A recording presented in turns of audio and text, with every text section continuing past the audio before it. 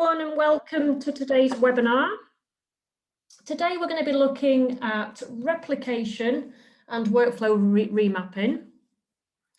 We will go through a few options today, which I'll go through in a moment, but I'm the panelist today. My name's Helen from Line Time. I'm one of the trainers, and your host today will be Anna, and I'll pass you over to Anna very shortly. If you do have any questions, it's the usual routine here. Go on to your Q&A in the webinar, and I'll hopefully answer those questions as they're coming through, but we'll also leave it open as well at the end for any questions that you may have. So what we're going to be looking at today is replication of the entire case type, looking at specific items within the case type, replicating case type definitions onto another database. We've got looking at the replicating around the case progress screens, standard data, and then finally she'll take you through the workflow remapping. So anything that you're unsure of, ask the question using the Q&A, and I will hand you straight over to Anna and we'll get going. Thanks everyone.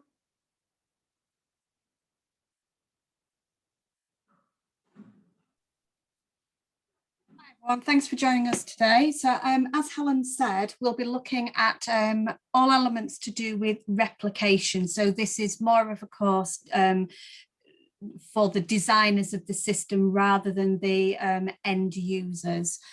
So I've logged into the admin utility already, and I'm in just a database here called libtra, but this would probably be your libdev database or wherever you tend to do your development work. So in relation to replication, on your data exchange tab at the top, you've got two options for replicate. We're just going to look at the replication wizard option first, and then we'll come back to the standard data. So in here, when it opens, we've got options as to how would you like to carry out the replication. So the replication using this wizard allows you to replicate what we kind of refer to as case type definitions. So those are the things like your data items that you're creating, the screens on which you put those data items on, any workflows you might create, any precedent headers that you might put in, contact categories, history categories, anything that kind of drives the case forward. Anything to do with the creation of the users or the fee earners or some other setup areas is done through the standard data, which obviously I'll go through a bit later on. So in here, what do you want to do? We've got 5 options. And the first option, it gives you the ability to replicate an entire case type's definitions into a completely new case type. So you don't have to start from scratch. If you've got one case type that is pretty much the same as another case type, get case type A tested, working fine, happy with it, and then we can actually replicate the whole of that case type to create a brand new one. So we're just going to look quickly at that one. And as we next through, for each of these options, you'll see you get the same sort of screens appear.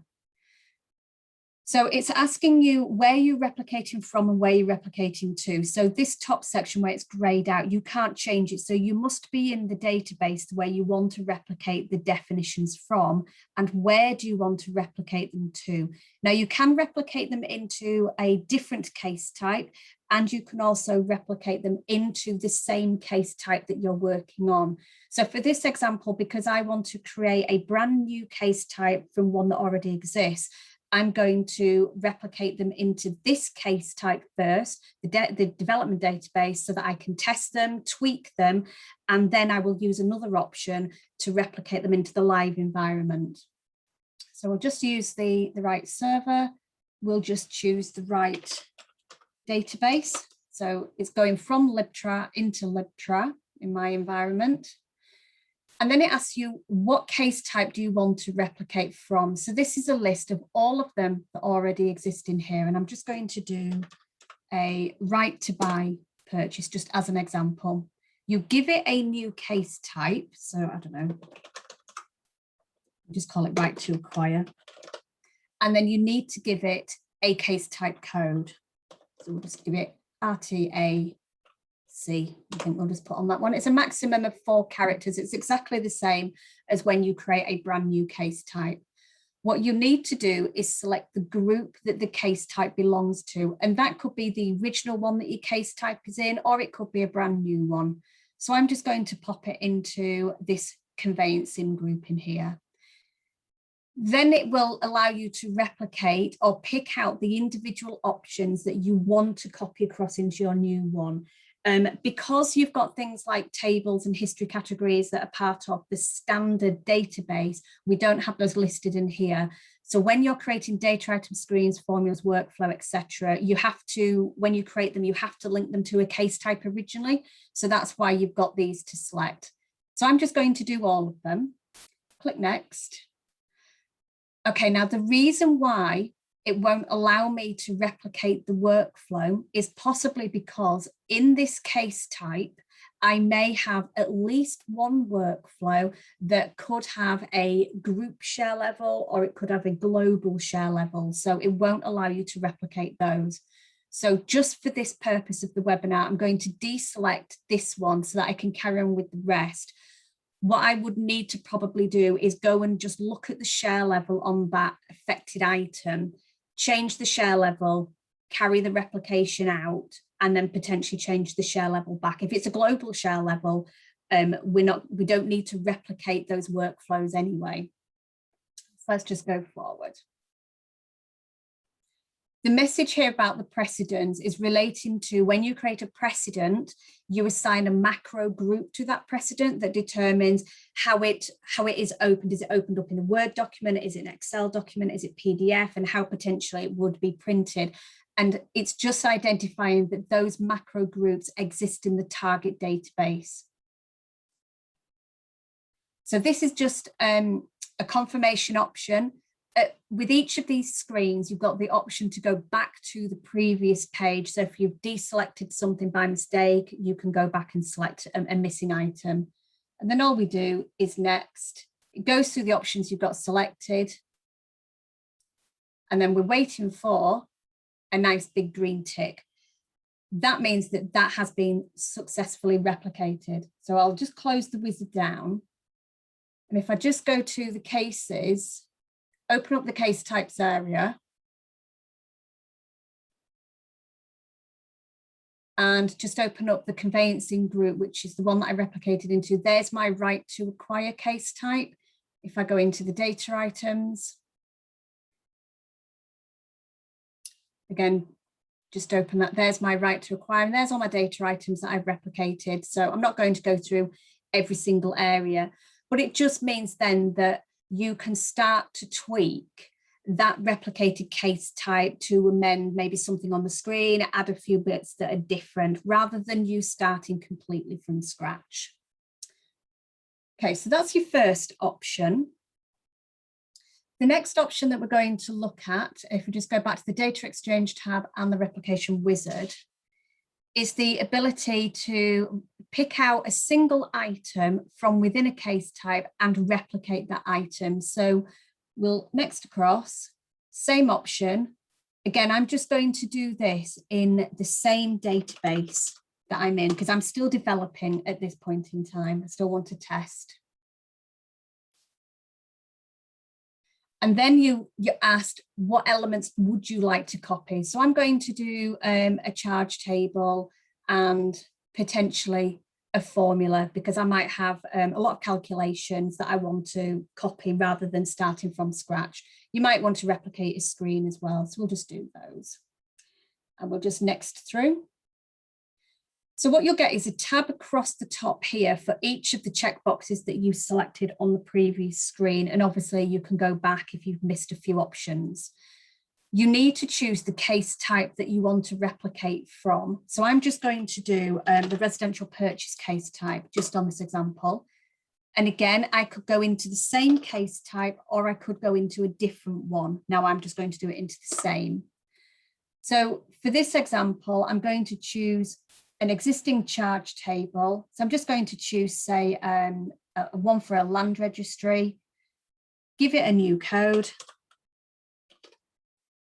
and then give it a new description. Can't type. And then you just work your way across the tabs. If you don't want to replicate, or if you've selected one of the checkboxes previously, you don't need to go back and deselect it. You can just ignore the tab, but you'll just go through and select which ones you want. New code, new description, same on the screen. Choose the screen that you want to replicate across.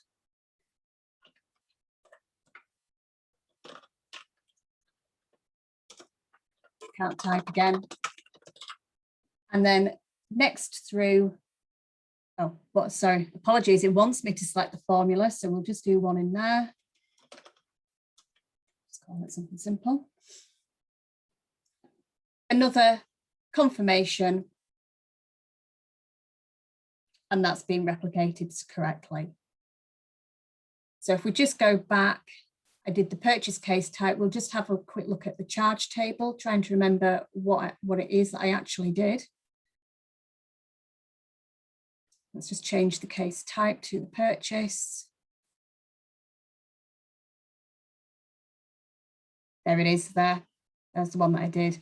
And I would just amend what's necessary in there. So it could have been that the charge table I'd selected had a number of lines in here, say 10, 20 lines, and you didn't want to just start that again. You can then just come in and amend the individual bits that are relevant. Okay, so the next replication that we're going to look at is the third option, replicate items from one database or another. So this is the more common one that you will tend to use. And most of the time you tend to use this one when you have tested all of your definitions that you've done in your libdev database, you're happy with them, and then you want to send them out to your live environment. That's the most common use for this, but there is nothing to stop you replicating within the same database as well if one of the other options that I've shown you isn't available. So I'm going to go into a database that we've got that we're going to pretend is our live environment called libtra2. You can see we get a few options in here. Now, if you're just replicating what's referred to as database options, which is this middle column and the last column, you don't need to select a case type or a group, because any of these that you select, well, when you create them, you don't specifically really link back to a case type as such. But these ones, if you're choosing anything under the case options, you must choose the case type that you want to replicate to and from. So in this example, we're going to use the sale case type into the sale case type that's in the live environment. I'm going to choose, I've done some work with some new data items. I've possibly amended something on the screen. I may have done some formulas, workflow. We'll just add a few bits in there, precedent. And then you've also got these options as well. So you'll be aware that when you create any data items, you might link a data item to a table type 1, a table type 3, 5. So you might need to remember to select the tables as well. Anything that links to them. You may have created some new transaction types that you want to pop across as well. History categories, contact categories. So you're selecting anything that you've done. So it might be worthwhile, as you're getting used to your system and changes that you've made, maybe just making a note of what areas you've actually amended, anything that's new, so that when you get to this area, you know what you're doing. So we'll just next through. Now, because I've chosen the workflow option, there is the ability to link workflows so that they can be run from case progress screens. And also you have the ability to update items within the case progress stages via workflow. So there is a little bit more if we're using case progress screens that we would have to do. So first of all, I would need to replicate across any data items and any workflows and potentially any screens that I've got linked to my case progress screen. So just as a bit of a refresher, if I just okay this just a second, that's the same message about the precedents and the macro groups. Just a message there about tables. So what will happen is when you've selected any tables to be replicated, it will basically clear down the table that might exist in the target database if you're replicating over one that is already there, and then pre-populate it with what you've got in your development database. Now, just before I carry on with here, I just want to leave this tab open and just go back to the progress stages area, just to kind of cement your knowledge about the progress stages. So if we just have a look at this one. So when you're creating your progress stages, you can link it to a screen as a quick link. And you've also got the ability to run a workflow by linking the workflow here. And you've also got a screen that can be linked here, and you can link it to data items. So that message that was talking about case progress screens is saying, because you've got links to your stages, to data items, screens and workflows, make sure you replicate those elements across first, and then we will replicate the case progress screen separately. So I'll just come out there for the time being. So I'm back in the replication. So as before, with the replication, you'll get a tab per checkbox that you selected, and you just work your way through. So what we're looking at here is this top box will show me any data items that I've created in this database, i.e. my libdev database, that doesn't exist in my target database. So I've created one here called data item replication test. So all you would do is either add or add all at the bottom. You can also double click to get them across. Anything that's down at the bottom section, and in this example, because we're in the data items tab, are any data items that already exist in your target database. But potentially it could be that you've just updated the description, or maybe you've changed the data type slightly. So if you want to get that across, you can either click add, and it will just add that across for you. Anything that appears in this box on the right is what's going to be sent across to your target database. If you've added something by mistake, you've got remove all remove, and you can double click it to send it back. So again, we just work our way through the tabs. I haven't created any new formulas, but potentially I could have amended an existing formula. And you can see in here, we've got a couple of columns that are available. So you can identify the share level of those as well. Any extra detail that you might need. Work our way through. I've got a new workflow in there. So we've got our new completion workflow. We'll add that in. I'm not going to do this one because this might be someone else is working on this and they haven't fully tested it. So I don't want to send that across. Again, anything that I've amended, I might want to add across from the bottom. I've made some changes to it as well. Screens, I've not created any new screens, but I know that I've made some changes on this screen, put a new data item on, amended it, changed the layout. I will get that across. So it's basically the same, working your way across. I've not created any new precedents, but I may have amended something on the header of the precedent, such as the name, or added a couple of ticks in checkboxes in there. Now, one thing that you need to be aware of when we're talking about replicating precedents is that it does not copy across the physical Word document that sits behind it where you put your merge codes in. So if you have a different location for your development environment to your live environment, you will need to ensure that you go and copy those physical precedents from the development location into the live location. Otherwise, users are still working on the old documents. Transaction types in here. Again, we've got anything that we've changed. We can just add those across, any new ones that we've got, and tables. So it's fairly straightforward. You just work your way along the tabs and add across. So the key thing to remember is this is anything that is new that doesn't exist in your target database. And down in the bottom is anything that already exists in your target, but you may have made some changes in your development environment. So once we've worked our way across, we just next our way through to the end. Again, we've got a confirmation.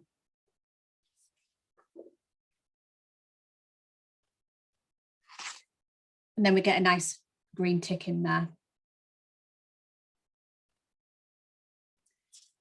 Okay, so the next bit then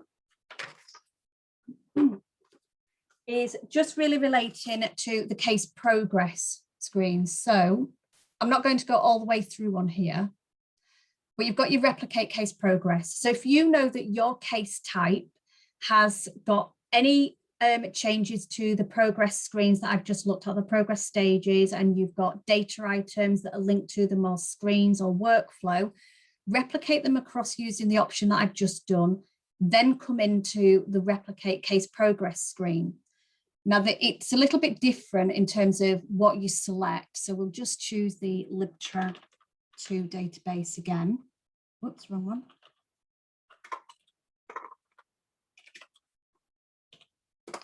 There we are. So what you'll be asked for is which progress screen do you want to replicate from? So I'm going to choose the one for the residential purchase, which is that one, and go into the same residential purchase. Find it.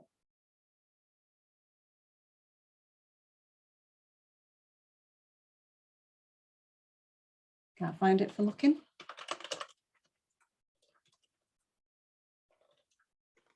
Okay, there we are. Slightly different name between the two. Add next.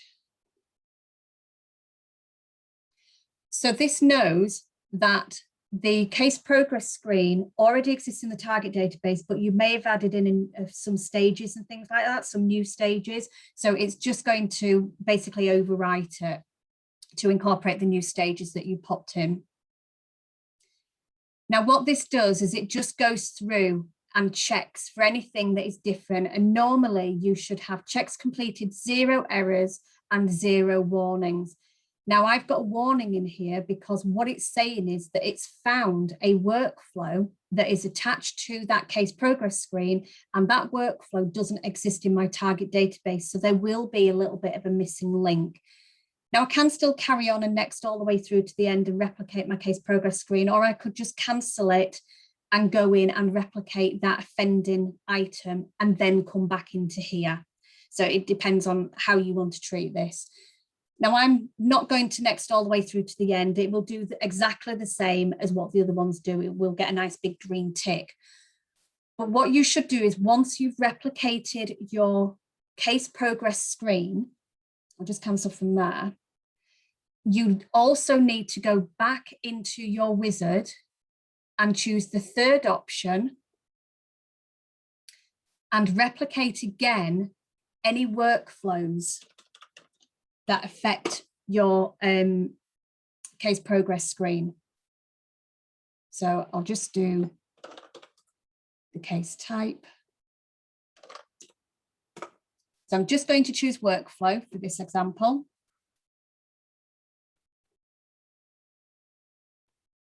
And I know that I've already replicated the workflow across, so it's going to be in the bottom section in here. So any of the workflows that update the stage items as part of the workflow, you need to replicate across as well, just by adding it across as before and nexting all the way through to the end. I'll just cancel from there. And what I mean by workflows updating the stage items, if I just open up an example workflow, we'll do, I think I've got one in. Oh, I know where I've got one. Let's choose a different case type. Okay, so I've got one in here. So this is what I mean by updating the stage items. So in here, wherever you've got an action type 74, create stage, I'm actually updating the requested and the expected item within that stage via workflow to populate that with the date. So if you do not go back and replicate your workflows after you have replicated your case progress screens, you will lose this missing link in here and it won't know which stage to update. So just remember to do that after you have replicated your case progress screens. Okay, let's come out of there. Now, the last one on the Replication Wizard is the full designer's transfer. Now, we recommend that you don't use this where possible. What this does, it will basically pick up every single case type, every single group, every single data item, every single screen, every single precedent, every single workflow, transaction types, charge tables, precedents, pretty much everything that you would define on your case type. It will pick all of that up and replicate it all across into your target database. So this should really be used with caution. If you have a number of different designers that are making changes to certain bits within the case types, they should use this option to replicate only the bits that they've done. If this full designer's transfer is used, it will do everything. And you may find that you're sending things out to your live environment that are not fully tested. So please do not use the full designer's transfer where possible. Okay, so I'm not going to tick that one. Okay, the final bit in relation to just the replication itself is the standard data. Now, this option allows you to replicate things such as any branch details that you've created, any users that you've either created or amended, any fee earners that you've created or amended, company details, and anything from info file maintenance. And by info file maintenance, what I mean is anything that is created from this list, such as things like your source of introduction, time recording rates, those kind of things, banks, anything that's basically in this list will be picked up from this standard data replication as well. So if we just bring that back into view. So it's a slightly older looking screen, but again, it's the same principle. Which database are you replicating from and which database are you replicating to? You get a checkbox for each one. So we'll just do users, fee earners. They're not in any wonderful order in here, I'm afraid to say. They're just kind of added in as you go. But if we just have a little look down, I'm just going to try and find source of introduction.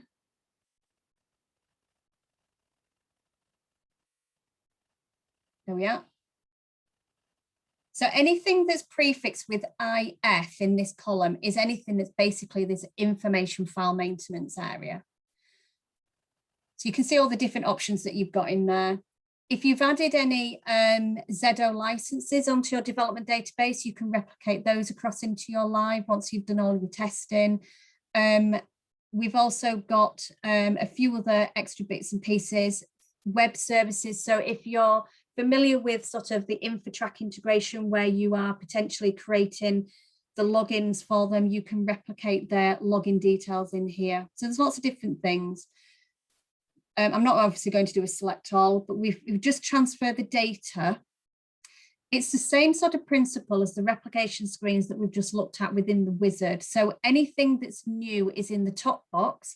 So it's users. So I haven't created any new users in this development database, but I may have already amended one of the users that's already in the live environment. So I may have given them access to some new bits and pieces or taken some access off. So it's just a case of selecting who you want, adding. You've obviously got add all, but you just go in. You don't get the option to double click these ones. And once you've added them across, you just OK.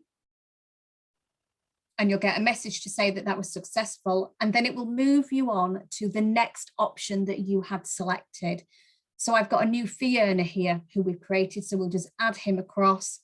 I may have amended a fee earner. I may not have done. If I have, I would add that across and OK it.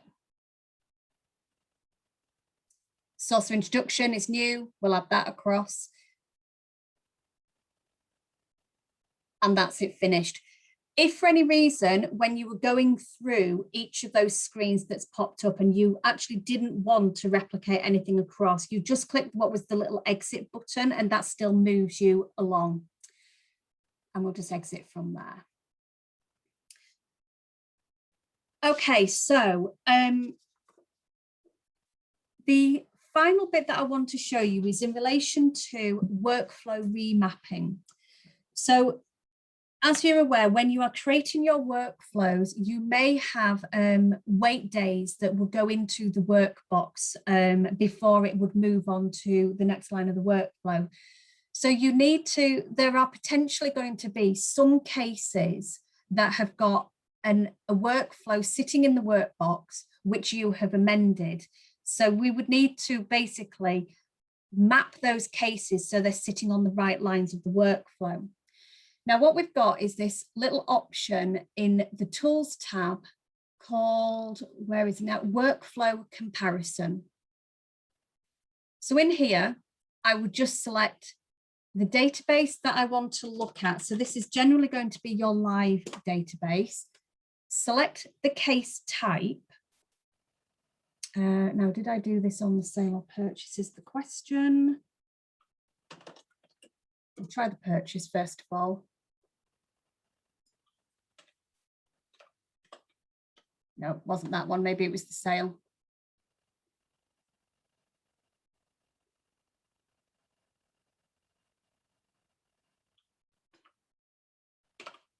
Here we are. So you choose the case type that your workflow has been created against, and then you choose which workflow you want to actually compare. Now, the show action types 5, 7, and 8 only is checked by default, and this was just because it was a specific customer request. But if I take that out, it will show me all of the lines of the workflow. So it doesn't give us the main sort of bits and pieces, but what it does is it shows you the action type and the action name in there and the lines. So anything on the left is the workflow that you've amended in the database that you are currently sitting in, so your development database. The workflow on the right is how it actually looks in the target database. So we can see that we've added in an extra post precedent line, we've added in a calculate data item, we've added in, and there's the wait days and the calculation. So in theory, in your target database, there will be potentially cases where they've got workbox entries where they are sitting on the wait days, ready for it to wait however many days and then run on to the next line. Because we've now amended that workflow, that wait day has moved down from line 2 to what is now line 4 within our amended one, because we're sending some, we've decided to send out some further documents right at the beginning and pop a question somewhere in the middle of it. So what we need to make sure is we identify the new lines of the workflow first of all. And then what we need to do is replicate the workflow to our target database. So we will go back into the Replication Wizard, choose the third option, the server and the database.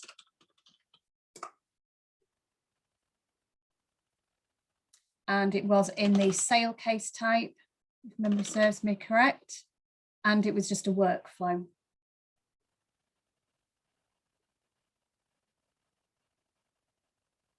Okay, I think I've actually sent that across already, thinking about it. Yeah, I've already done that. So that workflow is already in my target database. So once the workflow has gone, what you then need to do is log in to the admin utility of your live environment to carry out the workflow remapping. So I'm just going to minimize this admin, which is my development. And like Blue Peter, I'd opened up another one earlier. So this is now my live environment. So we would go to the Tools tab and the Workflow Remapping area.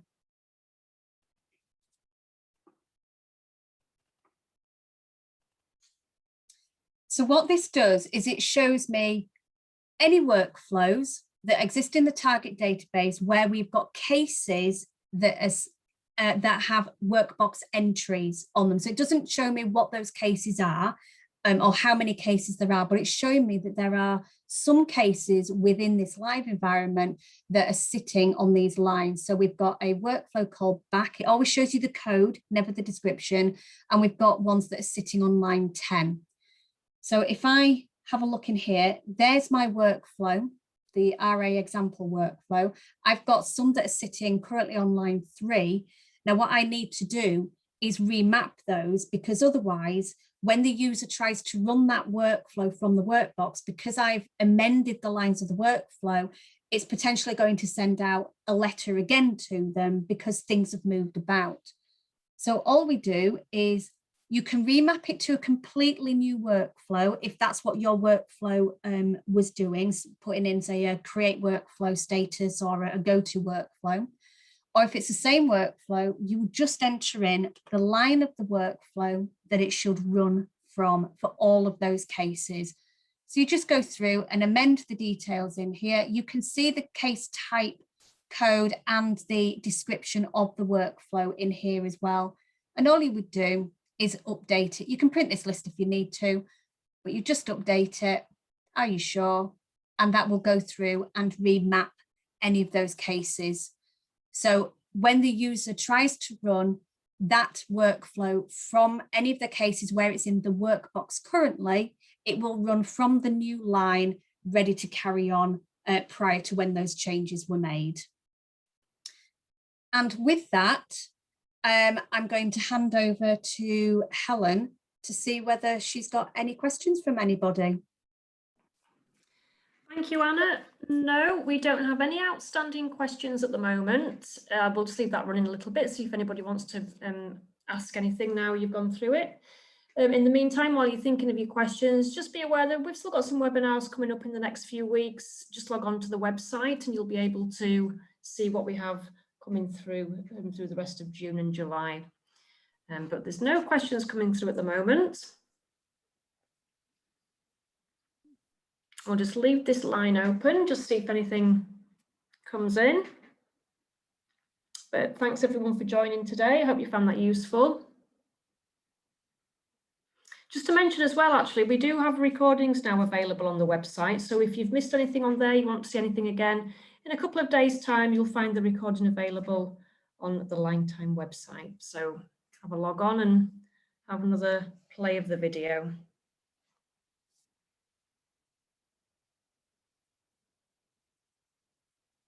Okay, I think we're good to leave it there then. Thanks again, everyone, for joining. Enjoy the rest of your day. Thanks, Anna, and we'll speak to you all soon. Great, thanks, everybody.